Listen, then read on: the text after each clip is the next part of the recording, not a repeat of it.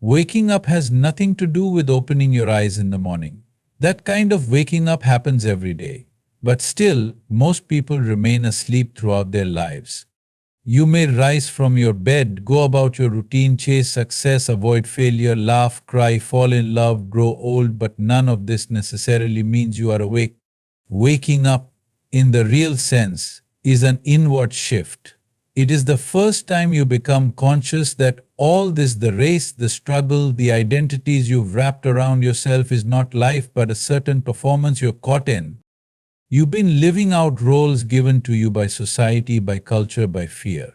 Like a machine responding to stimuli, not truly choosing, just reacting. But the day you wake up, suddenly there is a pause, a gap, a stillness. And in that stillness, you see, I've been asleep at the wheel. That realization does not come from effort, it comes from attention. It's a moment where you no longer identify with your thoughts, your emotions, your past. You just see.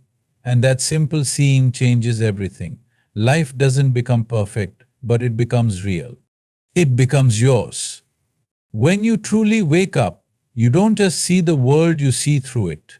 The same sky, the same people, the same situations, but they no longer hold you the same way. It's as if a veil has dropped.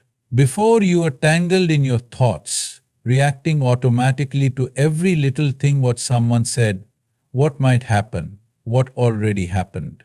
But the moment you wake up, there's distance between you and the noise. You are no longer the noise, you are the one who hears it. This shift is subtle, but it is everything. You realize that what you called life was merely a projection of your compulsions, your desires, your fears. You were chasing dreams that were not even yours, just hand-me-downs from the world around you.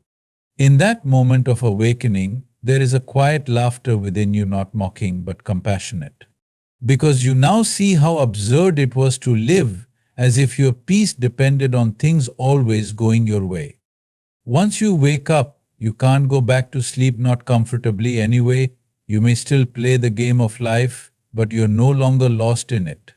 You act, but you're not entangled. You speak, but you're not trying to prove. You live, but you're not trying to survive. You have tasted something beyond survival, something deeper, something still. When you wake up, you begin to understand that the prison was never outside, it was always within. The walls were built not of stone, but of assumptions, fears, and unconscious patterns.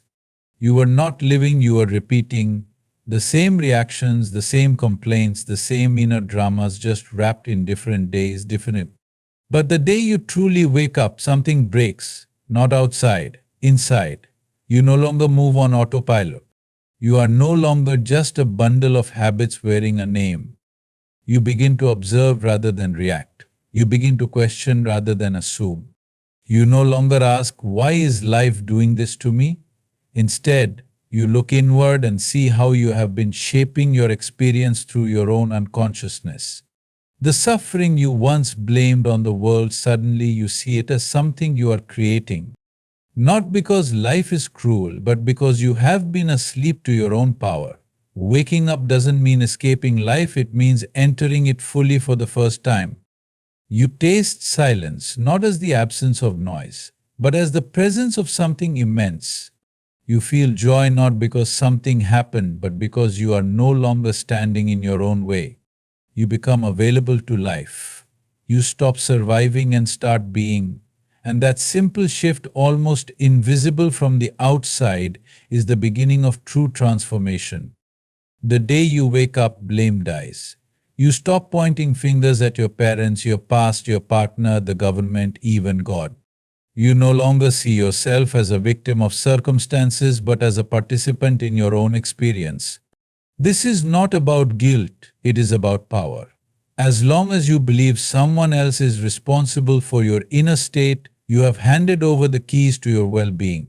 But the moment you wake up, you reclaim them. You begin to realize that nothing out there can truly disturb you unless it finds a home in here. Pain may happen, loss may come, but suffering is optional. It is the echo of resistance within you. And once you see this, you stop trying to fix the world and start cleaning the mirror. You begin to respond instead of react. You bring clarity where there was only confusion. You bring presence where there was only past. Responsibility then is not a burden, it is freedom, because now you hold the reins. You become the sculptor of your experience, no longer shaped blindly by memory and emotion. This is not some grand announcement. It's quiet, it's gentle, but it is the beginning of inner mastery. And once this awakening happens, you don't need control over the world, you only need clarity within yourself. That's when life bends not to your will, but to your awareness. When you are truly awake, you are no longer living in the past or rehearsing the future, you are here. Fully, completely. The present moment, which once felt ordinary, now becomes alive, radiant, intense. You are not just passing through life anymore, you are meeting it. Each breath, each step, each word carries a depth you had never noticed before. It's not that the world became special, it's that your perception cleared. You are no longer looking through the dust of your own mind.